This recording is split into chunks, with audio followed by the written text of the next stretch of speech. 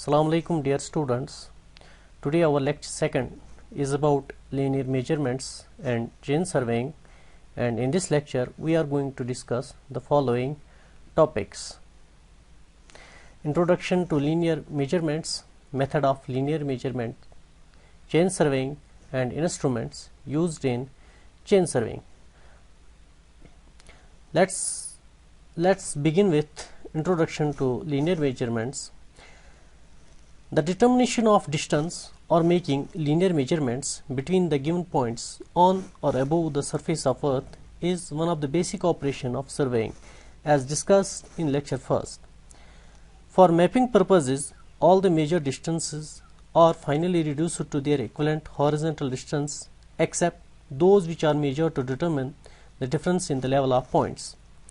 They may be achieved either by evolving measurement procedures to produce horizontal distance or by computing the horizontal distance from a measured slope distance. Now, methods of linear measurement. There are various methods of making linear measurements, and their relative merit depends upon the degree of precision required. They can be mainly divided into three heads: direct methods or direct method, optical method, and EDM method. Direct methods or direct method. In this method, distances are actually measured on the ground with the help of a chain or a tape or any other instrument.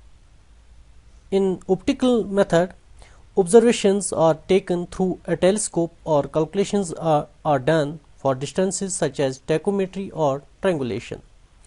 In EDM method or electronic methods, distances are measured with instruments that rely on propagation, reflection, and subsequent reception of either radio or light waves. In this lecture, we are going to discuss direct methods, and the other two methods we are going to discuss in coming lectures. Let us first discuss direct methods.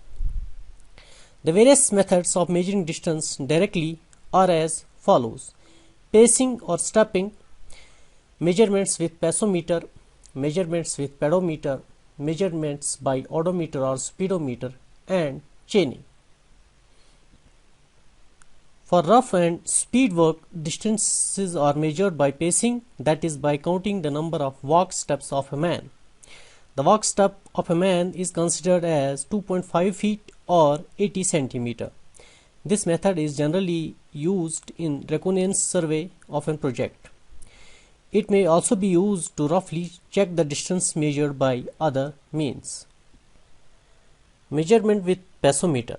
Pasometer is an instrument shaped like a watch and is carried in pocket or attached to one leg. The mechanism of instrument is operated by motion of a body, and it automatically registers the number of paces, thus avoiding the burden and strain of counting paces by a surveyor. The number of paces registered by the pasometer can then multiplied by the average length of pace to get the distance. Now, measurement with pedometer.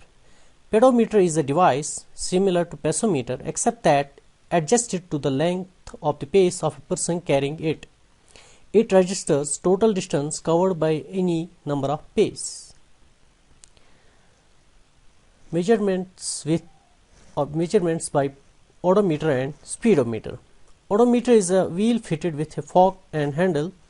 The wheel is graduated and shows a distance per revolution. There is a dial which records the number of revolutions, thus distance can be measured. The speedometer is used in automobiles for recording distances if the route is smooth. Now, chaining or chain surveying. Chaining is a term which is used to denote measuring distance either with the help of chain or tape, and is most accurate method of making direct measurements. For work of ordinary precision, a chain can be used, but for higher precision, a tape or special bar can be used. The distances determined by chaining form the basis of surveying.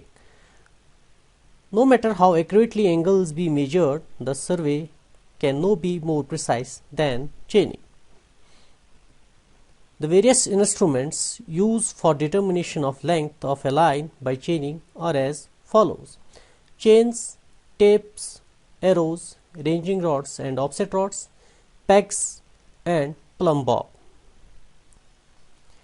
Chains are formed of straight links of galvanized mild steel wire bent into rings at the ends and joined each other by 3 small circular or oval rings. These rings offer flexibility to chain. The ends of a chain are provided with brass handle at each end and revolve joint, so that the chains can be turned without twisting. Tallies are provided at every 10 or 25 links for facility of counting. The length of a link is the distance between the centers of 2 consecutive middle rings, while the length of a chain is measured from the outside of one handle to the outside of other handle. There are various types of chains as metric chain, gunter's chain or surveyor's chain, engineer's chain, revenue chain, and steel band or band chain. Metric chains are generally available in lengths of 5, 10, 20 and 30 meters. To enable the reading of fractions of a chain without much difficulty, tallies are fixed at every meter length for chains of 5 meter and 10 meter lengths, and at every 5 meter lengths for the chain of 20 meter and 30 meter lengths.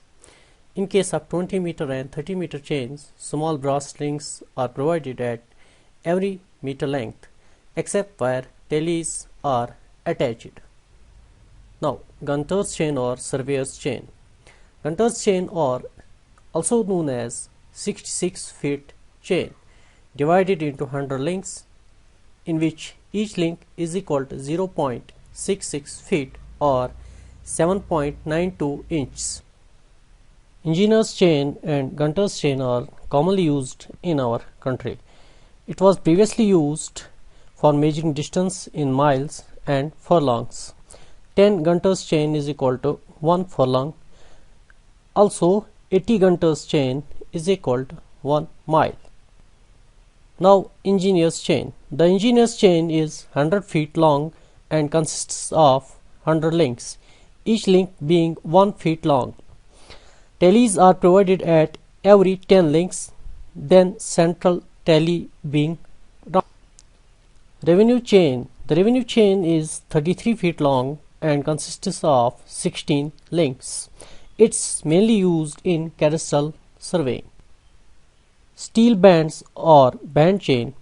The steel band consists of long narrow strip of blue steel of uniform width 12 to 16 mm and thickness of 0.3 to 0.6 mm. Metric steel bands are available in lengths of 20 and 30 meters. It is graduated in meters, decimeters and centimeters on one side and has 0.2 meter links on other. It is used in projects where more accuracy is required. Now, tapes. Tapes are generally available in variety of materials, lengths and weights. The different types of tape in general use are as cloth tape, fiber tape, metallic tape, steel tape and inward tape. Cloth or linen tape. These are closely woven linen or synthetic material and are varnished to resist the moisture. These are available in 10 to 30 meter in length and 12 to 15 mm in width.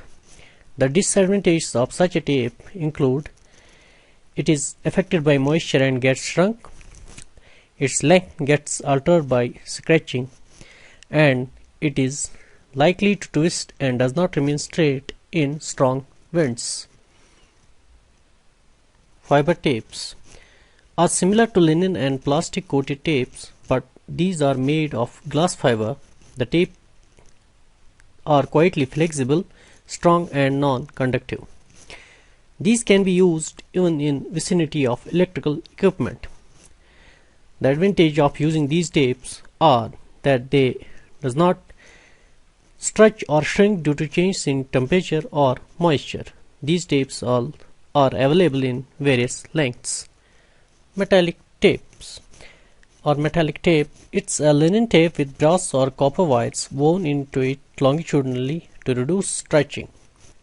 As it is varnished, the wires are not visible. These are available in 20 to 30 meter lengths. It's an accurate measurement device and is commonly used for measuring offsets. As it is reinforced with wires, all the defects of linen tapes are overcome. Steel tapes. These are 1 to 50 meter in length and are 6 to 10 mm wide. At the end of a tape, a brass ring is attached, the outer end of which is 0 point on the tape. Invert tape. This is made of an alloy of nickel and steel having low coefficient of thermal expansion. These are available in lengths of 30, 50 and 100 meter and width of 6 mm. Invert tapes are used for linear measurements of very high precision. However, these tapes are costly and easily broken, and therefore they are not used in ordinary work. The exact length of invert tapes should be determined from time to time because it changes slightly due to creep and due to change in coefficient of thermal expansion. The other instruments used in chain surveying are arrows, tape, ranging rods, offset rods, pegs, plumb bob, etc. Now here we are going to discuss the arrows. These are also called marking or chain pins. Accompanying each chain are 10 arrows which are used to mark the end of a chain during the process of chaining. They are pointed at one end and having a ring at the other end. Arrows are made up of good quality hardened and tempered steel wire 4 mm in diameter and are black enameled. The length of an arrow may vary from 25 to 50 cm. Generally, the length of arrow is 40 cm. It is usual to tie a piece of red cloth or tape around the handle of arrows so that they may be more easily distinguishable when struck in the midst of grass, plants, etc. Ranging rods are made up of light, thin and straight bamboo or of well-seasoned wood such as teak, pine or deodar. They are shod with iron at the bottom and preferably surmounted with a flag of about 20 cm square in size of red and white or yellow and white bunting.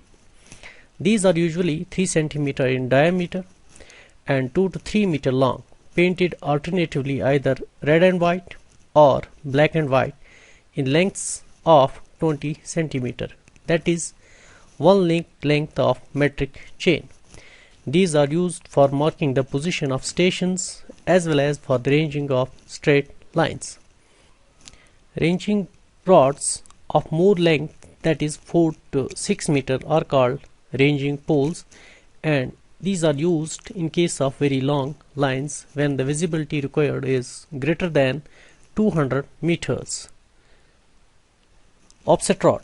An offset rod is similar to ranging rod and has a length of 3 meter. They are round wooden rods shot with pointed iron shoe at the one end and provided with a notch or hook at the other. The hook facilitates pulling and pushing the chain through hedges and other obstructions. The rod is mainly used for measuring rough offsets nearby. It has also two narrow slots passing through the center of the section and set at the right angles to one another at the eye level for aligning offset line. Now pegs. These are rods made from hard timber and tapered at one end. The length varies from 15 cm to 60 cm and the cross section from 3 cm to 5 cm square. These are driven into ground to mark the instrument stations. And plumb bob. While chaining along a sloping ground, a plumb bob is required to transfer points to the ground. It is also used to make ranging poles vertical and to transfer points from a line region to ground. In addition, it's used as centering aid in theodolites, compass, plane table, and variety of other surveying instruments. With this, I conclude the lecture second. Thank you.